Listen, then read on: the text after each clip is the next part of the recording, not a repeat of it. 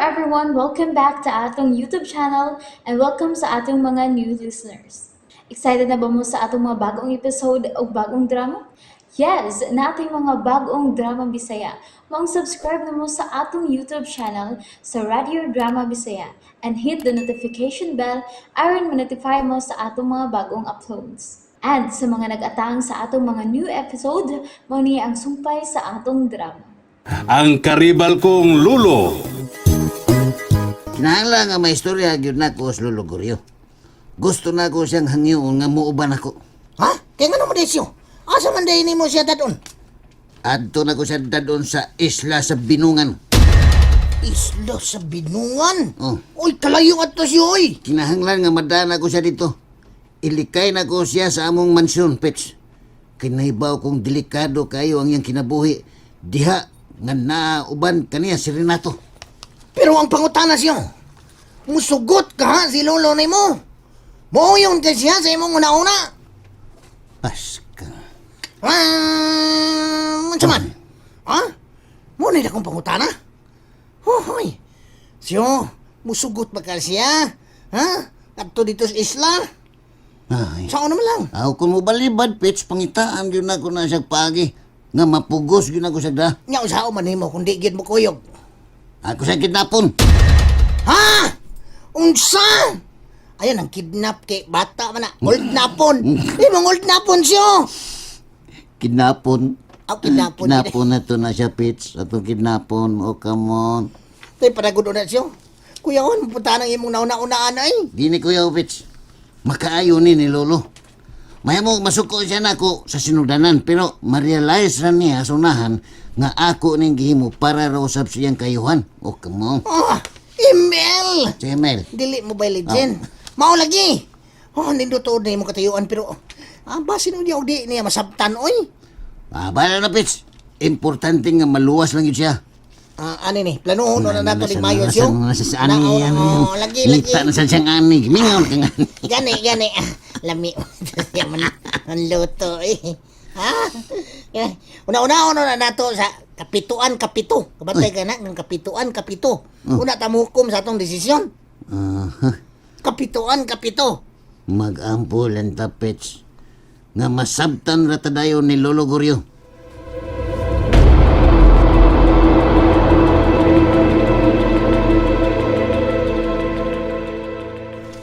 Mag-istorya na gud una ta, Junel.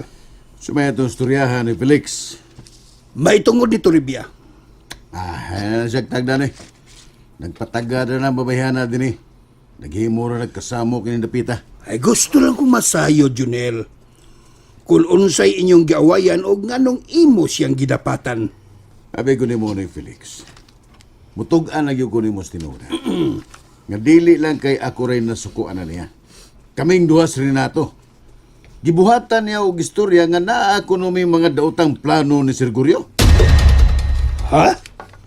Uy, mao ba? Wa man siya musulti na ko bahin ana. Nga naa siya mga bati nga gisulti batok ninyo. Lain ang iya mga gipanagsultihan din ni Felix. Sagad sa mga katabang din nanabi siya nga mga daotan kunuming tao si Renato. Oh, Labing siguro, hasta na ang imong asawa nga si Nang Daday, aw iya po nagisultihan og mga bakak nga mga istorya batok namo. kung tinuod man gani na dili maayo ang iyang gibuhat. Nagguba siya og reputasyon sa nindot nga dungog ni Renato og nimo. Mao lagi ni. Mo na akong ikalagutan og maayo. Gusto mo kanina ko na siya untang matilawan sa kung kumo. Ayaw. Matilawan sa kung kumo ba? Ayaw lang sabdil. Husayo din nato sa maayong paagi. Lisod sa kayo nga makadapat ka. Labi na nga babae storibya unya may edad na sab. Magkalagot mo gud ni. Kada bang patagaan kag istorya? Ya, di day maayo. Bitaw. Ay, sagdi na lang. Akong istorya bahin ana. Gusto na ko nga makatabang ko ninyo aron mahusay mo. Para na ko noy.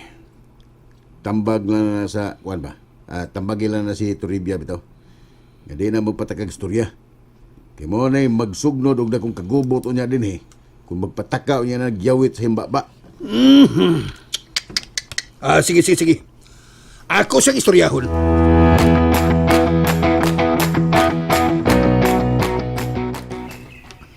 Ikaduha na sa ron kaadlaw nga wa na ko kakita ni Pipito sa ilang bahigaw. Basin og nibalik sa iyang gitaguan dito sa tuunggaw. Basin laki. Nahadlok siguro sa mga pulis nga nagsigi groving sa palipot. Mas maayo man sad gaw nga naglikay na lang sad siya. Basin og nahadlok lang gyud si Pipito nga madamay sis mga panghitabo gaw.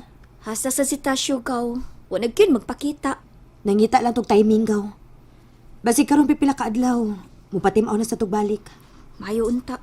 Timing ra gid ingon ini uy. Ah, gaw. Si Pipito ay ni apa ingon dinhi oh. Uy, hala. Paya ni tawhana uy. Mura magyud siya tagulilo, mukali pa lang buto. Pits, dayon dinhi Pits. Saka na lang diretso. Ay! Kumusta mga gwapa? Yes! Thank you Lord, nagparol! Ay! Okay ra kaayo mi Pits. Kay nagporol man. Lagi. Di na kagikan uy. Diha naman ko sa among payaglin, diha ra ko. Ha? Wala gyud ko kita nimo. Si kog balik-balik sa inyo ha, duha ka adlaw gyud. Wag bitaw sa inyo eh. Ani ni, to, nasa ani, oy. Kuan day kaning doon na ko'y balita ninyo. Kaning ani ni, nakita na day minitasyo. Oh, nakita na day mo Pits? Kumusta naman si Tasyo? Kadayot, malipat gid akong mata, miski matanaw ko sa inyong naw na yamin ko sa porol. Baskog pa man hinoon kayo siya kaluoy sa Ginoo, baskog. Nakita mi dito sa among bayag. Unya, nami gilakaw ulit. Motong wag ko nimo makit-iglin. Ug duha ka adlaw kay gabi naman ko kayo nga nauli. Ay, maudi ay. Happy maguna ko. Asa na sad kami paingon Pits. Pits, wa ba'y plano si Tasyo nga musurrender sa mga pulis? Ano yun eh? Sa tuwa na sa anay na sa bida gini ay. Burrito Murag na sa ani. wa pa man gyud sa karon let wa pa gyud. Kanang ako na ba itong gingnan pero matod niya mas safety kanang safety. Kabantay ka ng safety? Safety ko no siya kung naa siya gawas kay isod man kung naa siya soj prisuhan di man safety. Pero Pits, delikado kaayo nga nasis gawa sa nga tinguhaon sa mga otoridad nga patyon siya. Uy, mas maayo gyud tingali nga mo surrender na lang siya aron malikay sa disgrasya. Bitaw Pits. Tambagi siya uy nga mo surrender na lang gyud. Lisod kay na magsige na lang siya tago-tago uy. Ayo, Maugi. Oh, butag. Hala, si Renato. Kaw, ayaw pa dayon na ha. Ina nga dili ka mo dawat og bisita kay busy pa kay ka. Ayaw gaw. Ato lang padayonon.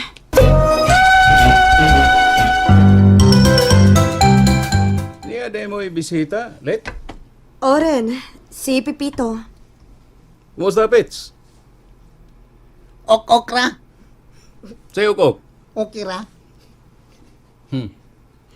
Kumusta na karon ng imong pinanggang higala nga kriminal? Asan man siya magtago-tago karon? Wa ko maibaw rin. Ouch. Oh, sorry. Pasensya na kayo. Ouch. Pasensya na kayo ulit ha nga nakahisgot na hinoon ko ni ninyo. Dinis inyo ha. Dili maayo nga maghisgot tas mga tao nga way bilis katilingban. Di ba? Depende na to. Kaya di ba yata nang gipasangin lang dautan? Sagad hinoon katong mga mamasangil, maoy labing dautan. Koan, para na ako no, wa may kaso nga magisgutan ni Tasyo ba? Pero, dili pa tingali nato siya mahukman kon, unsa gid siya. Pero sa gibuhat niya sa kong amahan, og nako, lit, para nako, sobra na kanya gibuhat, oy. Angay na gid siyang matawag nga usak ka mangtas nga kriminal. Di na lang may gustong ihangyo unta nimo nato. Oh, unsa man Glenn? May mo ba nga mutanaw mi sa imong samad pinusila ni Tasyo diya nimo?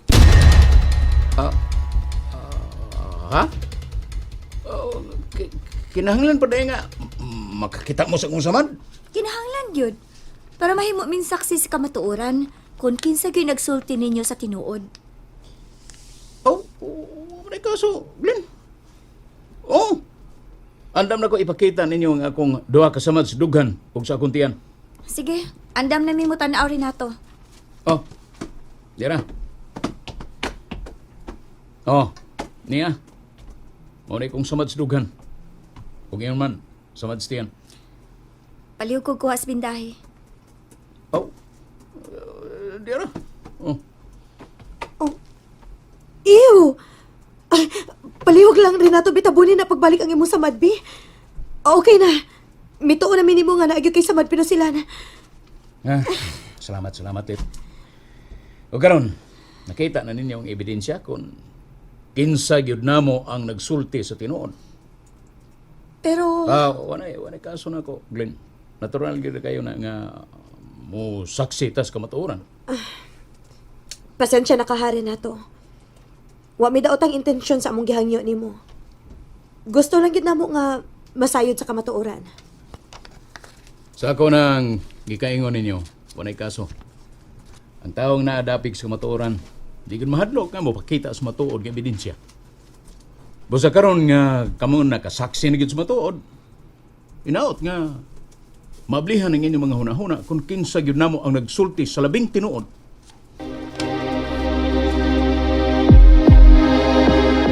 Doon na gisulti si Jonel nako daday. Ambot ko unsa katinuod nga maok ko na naglagot sang Toribia. Kaya nagpataka lang ko nagyawit sa mga tao din Gidaot ko na silang duha si Renato. O mao na yung sulti nga doon ako sila yung mga daotang plano din Mauray gisulti ni Junel. Oo. Mao ko tong iyang nadapatan. Aw, basid og tinuod sa... Ikaw, Be. Kamu magisuod ni Toribia. Wa ba na yung mga gipanabi si Toribia nimo nga mga daotan? Ha? Nga batok nila ni Renato o ni Junel? Ay, ako gud hinuon. Musulti ko sa tinuod nga. Naay mga gipanultis Toribia nako batok nila. Sama sa unsa man pananglit, daday. Naay gisulti na ko sa Toribia nga matud niya. Nakitaan ko nun niyang naghukas si Renato siyang sinina dito siyang kwarto. Unya day buong kuno siya kaya wag siya nakita sa samad siyang kalawasan bisag usa. Oo, sa? Way samad? Mo di kiingon ni Toribia. Mao na nakadaot diha. Mao tingali nga suko kay Jonel niya og nadapatan hinuon siya. Pero mura ba ya sa tinuod ang gisulti ni Toribia Lex? Kanang mura di ginakimura man. Kay nga no. Nakakita sa deka nga wa gisamad si nato sa iyang kalawasan. Aw, wag man hinuon. Oh, kana mao na diha. Yamito sila ka sa mga tabing Toribia. Aw, gawas ada Lex. Na magyud laing gisulti sa Toribia nako. Oh, mo ba? Kini ba? Storya ta magini ba? Storya magini. Ah, Unsa man sa sulti ko. Sulti ko bi. Ikaw ba, maritos yung ka. Unsa man. Sutihan ti ka pero magsabot ha. Nga unsa man. Ayaw gid panabis uban ini. O sige, sige. Sulti din.